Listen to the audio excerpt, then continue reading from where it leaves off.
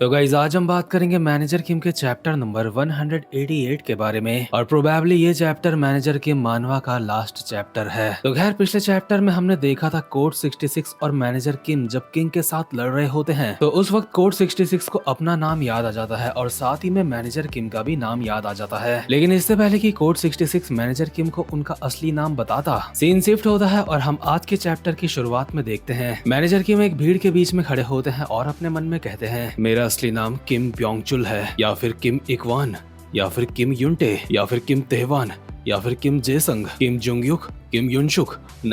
नहीं, आखिर मेरा असली नाम है क्या? और इस बात से हमें ये बताया जा रहा होता है कि ऐसा नहीं है कि मैनेजर किम ने कभी ये सोचा नहीं है कि उनका असली नाम क्या है। ये बात मैनेजर किम के माइंड में हमेशा रहती है कि आखिर उनकी असली पहचान है क्या। मैनेजर किम के अगल बगल से काफी सारे लोग जा रहे होते हैं और वो अपने मन में कहते हैं ये लोग जो मेरे अगल बगल से जा रहे हैं प्रोबेबली उन सबको अपना नाम पता होगा, लेकिन मैं हमेशा से अपना नाम जानने के लिए उत्सुक रहा हूँ। इसका सिंपल सा रीजन है, मैं बस जानना चाहता हूँ मेरी अभी की पहचान से पहले मैं क्या था। मैंने अब तक जो अपनी जिंदगी जी है उसमें मैं असल में हूँ कौन। मैं इस चीज को डिफाइन नहीं कर सकता।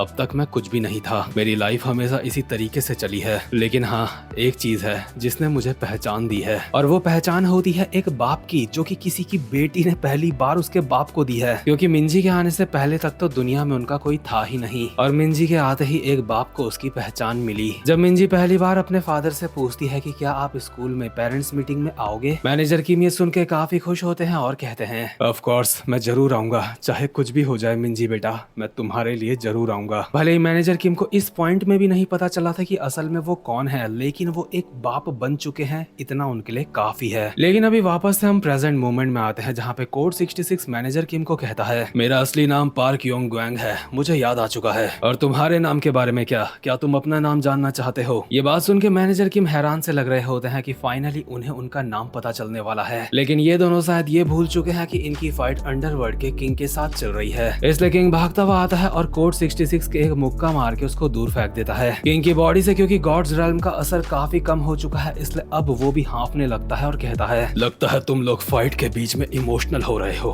लेकिन तुम्हें ऐसा नहीं करना चाहिए था। मैनेजर किम जैसे ही कोड 66 की तरफ देखते हैं, इतने में ही उनकी छाती में भी एक मुक्का पड़ता है। लेकिन किंग ये देख के हैरान हो जाता है कि वो ठीक से मैनेजर किम के मुक्का मार ही नहीं पाया है, क्योंकि अभी किंग फ्रीली मूव कर ही नहीं सकता, क्योंकि अभी वो मैनेजर किम की सिल्वर वायर से घिरा हुआ है और अगर उसने थोड़ा भी हिलने की कोशिश करी तो उसे खतरा हो सकता है। इसलिए किंग एक जगह पे रुक चुका होता है और मैनेजर किम को याद आ रही होती है प्योंगयन चो की और किंग को कहता है मुझसे एक बार किसी ने पूछा था कि मैं कौन हूँ, उस वक्त मेरे पास जवाब नहीं था। लेकिन सरप्राइजिंगली किंग को भी मैनेजर किम को देख के अभी प्योंगयन चो की याद आ रही होती है और वो अपने मन में कहता है क्या आखिर ये क्या है, मुझे इसको देख के उस इंसान की याद क्यों आ रही है? भले ही उस इंसान और मेरी कुछ देर तक फाइट चली थी, लेकिन उस इंसान को अपनी जिम्मेदारियों का पूरा एहसास था। लेकिन इस बंदे को देख के मुझे प्योंगयन चो की याद क्यों आ रही है? ऑब्वियसली ऐसा इसलिए हो रहा है क्योंकि मैनेजर किम भी प्योंगयन चो के रास्ते पे चल रहे हैं और मैनेजर किम को अपनी लाइफ में अब कुछ रियलाइज हो चुका होता है। अब उनका नाम क्या है उन्हें इस बात से फर्क नहीं पड़ता, क्योंकि अब उन्हें अपनी असली पहचान मिल चुकी है। इसलिए किंग को कहते हैं मुझे नहीं पता था कि मैं कौन हूँ, लेकिन उसके बावजूद भी तेरा बहुत बहुत शुक्रिया, क्योंकि तेरी वजह से ही मैं समझ पाया हूँ कि मैं असल में कौन हूँ। और टॉम भी फाइनली मैनेजर किम के लिए खुश होता है कि मैनेजर किम फाइनली खुद को पहचान पाए हैं। मतलब कि एक तरीके से मुझे यहाँ पे ऐसा लग रहा है कि मैनेजर किम अवेक हो चुके हैं। हालांकि ये चीज मानवा में नहीं बताई गई है, लेकिन मैं फील कर पा रहा हूँ। मैनेजर किम घुमा के किंग की चेस्ट में एक खतरनाक सा पंच मारते हैं, जिससे किंग को एहसास हो जाता है कि अगर ऐसा ज्यादा देर तक चला तो वो और ज्यादा बर्दाश्त नहीं कर पाएगा। और जिनचॉल भी मैनेजर किम को देख के काफी खुश होता है और कहता है जरा देखो तो ये सच में काफी ज्यादा मजेदार है। एक बच्चा जो हमेशा से जानना चाहता था कि वो असल में कौन है, फाइनली जब उसे मौका मिला ये जानने का,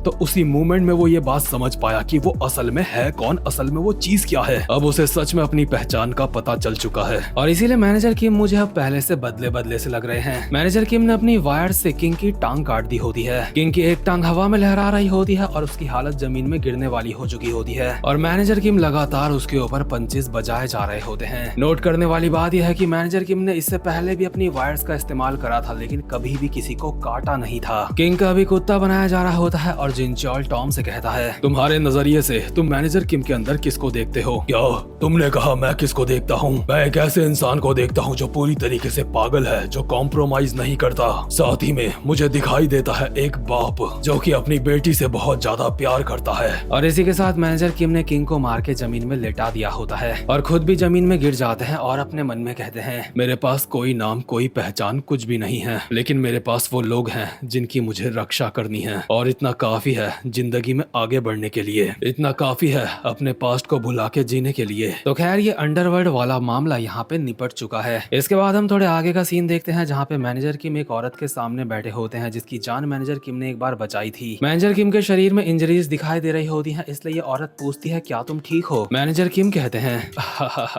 हाँ वो जो मैं काम करता हूँ उसमें फिजिकल मेहनत काफी ज्यादा लगती है, इसलिए कभी कभी ऐसा हो जाता है। क्या जिस तरीके का काम तुम करते हो तुम उसे बस फिजिकल मेहनत कहते हो? क्या इसका मतलब यह है कि ऐसा तुम्हारे साथ हमेशा होता रहेगा? नहीं, मैं आगे से कोशिश करूंगा आगे मेरे साथ ऐसा ना हो। वैसे भी मेरा शरीर अब वैसा नहीं है जैसा पहले हुआ करता था। खैर कम से कम मैं अपनी ऐसी हालत तो नहीं होने दूंगा जहाँ पे मैं सामने वाले के एक मुक्का भी ना मार पाऊँ।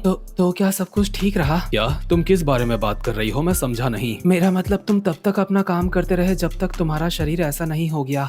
मतलब क्या अब सब ठीक है? हाँ तुम कह सकती हो कि अब सब कुछ सही है। जहाँ पे ये सब कुछ हो रहा था वहीं पास में कोई इंसान था, उसने सारी की सारी चीजों को आसानी से हैंडल कर लिया, इसलिए हर चीज बिल्कुल मक्खन जैसी चल रही है। और मैनेजर किम जिस इंसान की बात कर रहे हैं, भले ही मैनेजर किम को खुद नहीं पता वो कौन है, लेकिन मुझे पता है वो है जून गो किम। जून गो किम ने ही सारे के सारे लोगों को हॉस्पिटल पहुंचाया होगा और उसके सामने जो टाइटन था उसका कुत्ता काटा होगा। इसके अगले सीन में हम देखते हैं हांजू शियोंग भी बिल्कुल सेफ होता है और ब्लू ड्रैगन कंपनी का होशंग वो भी बिल्कुल ठीक होता है और हॉस्पिटल में एडमिट होता है, जहाँ पे उसे किसी का मैसेज आता है जिसमें लिखा होता है, आगे से अपनी लिमिट से ज्यादा काम मत करना नहीं तो तुम हर्ट हो सकते हो। और मुझे लगता है ये मैसेज जून गो किम का ही है। बेचारा होशंग रो तो पहले से ही रहा होता है और अब और ज्यादा शुक्रगुजार हो चुका होता है जून गो किम का। और यार जून गो किम हमें हर जगह देखने को मिलता है, लेकिन हैरानी वाली बात यह है कि लुकी सम में हमें इसके पास्ट के बारे में अब तक कुछ नहीं बताया गया है, सिवाय इसके कि वो अपने मास्टर की हॉरैंग स्वॉर्ड लेके भाग गया था। लेकिन चिंता मत करो, चीजों को डिकोड करने के लिए मैं यहाँ पे बैठा हूँ। बस आप चैनल के बेल आइकन को प्रेस कर लो ताकि कोई भी वीडियो आपसे छूट ना पाए। इसके बाद हम वापस से प्रेजेंट मोमेंट में आते हैं जहाँ पे मैनेजर किम की गर्लफ्रेंड उनसे पूछती है, क्या जो अभी आतंकी हमला हुआ था उससे तुम्हारा किसी तरीके से लेना देना है? मैंने सुना था बाहर से कुछ लोग कोरिया आए थे और यहाँ पे हंगामा खड़ा कर दिया था। क्या?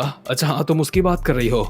नहीं नहीं, बिल्कुल चांस नहीं है, मेरा उससे कुछ लेना देना नहीं था। वहीं दूसरी तरफ हम देखते हैं किंग के साथ की लड़की को भी पकड़ लिया गया होता है और उसको कहते हैं, लड़की अभी तुम्हारा बॉस प्रोटोकॉल 13 के अंदर में है, वो पूरे अमेरिका के सबसे हाईएस्ट सिक्योरिटी वाला जेल है, इसलिए तुम अपने बॉस को कभी दोबारा नहीं देख पाओगी। वहीं दूसरी तरफ मैनेजर किम अपनी गर्लफ्रेंड को सब कुछ सच बताते हुए अब बोल रहे होते हैं, मेरा सामना इस बार जिन लोगों से हुआ था वो एक आतंकवादी संगठन था, हम लोग उन्हें टेक डाउन करने में कामयाब रहे हैं, साथ में मैंने अपने एक साथी को भी बचाया है। अब तक तो उस टेररिस्ट ग्रुप का हेड पूरी तरीके से। लेकिन इसी बीच मैनेजर किम को कॉल आता है जिनचॉल का, जहाँ पे वो मैनेजर किम को बताता है कि पूरी की पूरी एरीज जा रही है दूसरी कंट्री में अपना मिशन करने के लिए। लेकिन मैनेजर किम के लिए सबसे ज्यादा इंपॉर्टेंट बात तो ये है कि अब वो शिन शोंगो को काफी लंबे समय तक देख नहीं पाएंगे, क्योंकि शोंगो ने भी अब एरीज ज्वाइन कर ली है और वो जा रहा है जिनचॉल लोगों के साथ। ये सारी बात सुन के मैनेजर किम जिनचॉल को कहते हैं, हाँ कोई बात नहीं, मुझे सबसे कोई दिक्कत नहीं है, मैं पहले ही उसे बता चुका हूँ। मैंने उसे कहा है कि उसे एरीज के साथ रह के जितना हो सके उतना सीखना होगा, और जब उसके दिल में ऐसी भावना पैदा होगी कि उसे किसी को बचाने के लिए फाइट करनी है, सिर्फ उसके बाद ही मैं उसे अपना स्टूडेंट बनाने के लिए तैयार हूँगा, क्योंकि मैं भी उन लोगों की रक्षा करना चाहता हूँ जो किसी और को बचाना चाहते हैं। मेरे स्टूडेंट के अंदर ये भावना होनी चाहिए, मुझे कोई ऐसा स्टूडेंट नहीं चाहिए जो सिर्फ मेरा कहना माने। जिनचॉल कहता है, हा तुम्हारे स्टैंडर्ड्स तो काफी ज्यादा हाई हैं, इसका मतलब तुम जिंदगी में अपना कोई स्टूडेंट बनाओगे ही नहीं। अगर मैंने कभी अपना स्टूडेंट बनाया तो मेरे लिए सही यही होगा कि वो भी मेरी तरह हो, बिल्कुल वैसा ही जैसे मैं पास्ट में हुआ करता था। अगर मेरा स्टूडेंट हुआ तो वो हमेशा खुद को कुर्बान करने के लिए भी तैयार होगा। और इसी के दूसरे सीन में हम देखते हैं एक लड़की और एक लड़के को। लड़के का नाम यहाँ पे वॉनशॉक बताया जा रहा है, लेकिन लुकी सम में इस बंदे का नाम कुछ और है। ये बंदा है वैरन चे और यही बंदा है मैनेजर किम का पहला डिसाइपल। तो खैर मैनेजर किम अभी जब अपनी गर्लफ्रेंड के साथ बैठे होते हैं, इतने में ही उनकी कंपनी के दो बंदे आते हैं और कहते हैं चलो बाहर चलते हैं। लेकिन मैनेजर किम जब यहाँ से जा रहे होते हैं तो उनकी गर्लफ्रेंड कहती है, तुमने सच में अच्छा काम करा, लेकिन तुम्हारी ऐसी इंजरीज देख के मेरा दिल दुखता है, लेकिन फिर भी मुझे ये जान के खुशी हुई कि लास्ट में सब कुछ अच्छे से हुआ। उम्मीद करती हूँ कि इस सब से तुम्हें काफी कुछ मिला होगा। मैनेजर किम एक स्माइल करते हुए यहाँ से चले जाते हैं और योंगचोल और शांगी मैनेजर किम को छेड़ रहे होते हैं कि आखिर वो कौन थी, क्या वो तुम्हारी रिश्तेदार थी। लेकिन इन दोनों हरामियों को देख के मैनेजर किम का मन नहीं करता इन दोनों को बताने का कि असल में वो थी कौन। लेकिन मैनेजर किम अभी चलते चलते अपने मन में बोल रहे होते हैं, इस सबसे सच में मुझे काफी कुछ मिला है। मेरा वो दोस्त जिसको मैं हमेशा से मिलना चाहता था, साथ ही में डायरेक्टर टॉम ली का भरोसा, और मुझे ये फैसला लेने में भी मदद मिली है कि मैं अब अपने पास्ट के साथ बंधा नहीं रहूंगा और अपनी बेटी मिंजी का हमेशा साथ दूंगा। तो खैर मिंजी क्योंकि अब दूसरी कंट्री पढ़ाई करने जा रही होती है, इसलिए योंगचोल लोग मैनेजर किम को कहते हैं कि अब आपको और ज्यादा पैसे कमाने होंगे और इन लोगों के पास काम की कभी भी कमी नहीं होती। और मैनेजर किम भी अपना 100% देने के लिए पूरी तरीके से तैयार होते हैं और कहते हैं, मैं अब तैयार हूँ क्योंकि मैं अब जानता हूँ कि मैं कौन हूँ। और दूसरे सीन में हम देखते हैं कोड 66 मैनेजर किम को उनका असली नाम बताता है, जो कि होता है किम टेयुंग। मैनेजर किम को खुशी होती है उनका असली नाम जान के, लेकिन उनको ये बात अच्छी तरीके से पता होती है कि इस नाम से उन्हें कोई नहीं बुलाएगा। इसलिए मैनेजर किम 66 को समझाते हुए कहते हैं, अगर मैं इस बारे में सोचता हूँ तो वो मेरा नाम नहीं है जो जरूरी है। एक बार मुझसे किसी ने पूछा था कि मैं कौन हूँ, लेकिन फाइनली अब मैं जानता हूँ कि मैं कौन हूँ। सबसे पहले मैं नंबर 73 था, उसके बाद बियगडो माउंटेन का फाउंडिंग मेंबर, फिर कोड 66 और उसके बाद अब मैं एक साथी हूँ जो कि जंग के मैदान में चलता है जिनचॉल पार्क, हानचू शियोंग और युगवैंग पार्क के साथ। और साथ ही में मैं एक बाप भी हूँ। मेरे लिए जरूरी ये नहीं है कि मैंने जिंदगी में क्या फैसले करे हैं, मेरे लिए जरूरी ये है कि मैं जिंदगी में क्या फैसले करूंगा। और अब मुझे पता है कि मुझे जिंदगी में क्या फैसले करने हैं, किस रास्ते पे चलना है। भले ही इस रास्ते पे चलना आसान नहीं होगा, लेकिन एक बार फिर से आज मैं कसम खाता हूँ, जो शांति अभी बनी है उसको बनाए रखने के लिए मैं खुद को सैक्रिफाइस करने के लिए भी तैयार हूँ। बिल्कुल वैसे ही जैसे एक सच्चा विजेता करता है। मैं सपनों से ऊपर हमेशा सच्चाई को रखूंगा, जैसा कि काफी सारे बाप करते हैं। मैं अपने परिवार के लिए अपनी आजादी भी दांव पे लगा दूंगा। और अगर किसी ने मुझसे दोबारा से पूछा कि मैं कौन हूँ, मैं उसे बिना हिचकिचाए जवाब दूंगा, मैं हूँ मैनेजर किम। और इसी के साथ ये वाला चैप्टर और ये मानवा यहीं पे खत्म होती है। और यार जितने भी लोग इस मानवा को शुरुआत से मेरे साथ देख रहे हैं, आप सबका बहुत बहुत शुक्रिया। ये मानवा सच में काफी ज्यादा डीप मानवा है, जो कि इंसान को काफी कुछ सिखा के जाती है। मैं तो काफी कुछ सीखा हूँ, अब आप क्या सीखे हो वो कमेंट बॉक्स में लिख के मुझे जरूर बताना। और वीडियो को लाइक और चैनल को सब्सक्राइब जरूर से कर देना। अब मैं मिलूंगा आपसे अपनी नेक्स्ट वीडियो में, तब तक के लिए गुड बाय।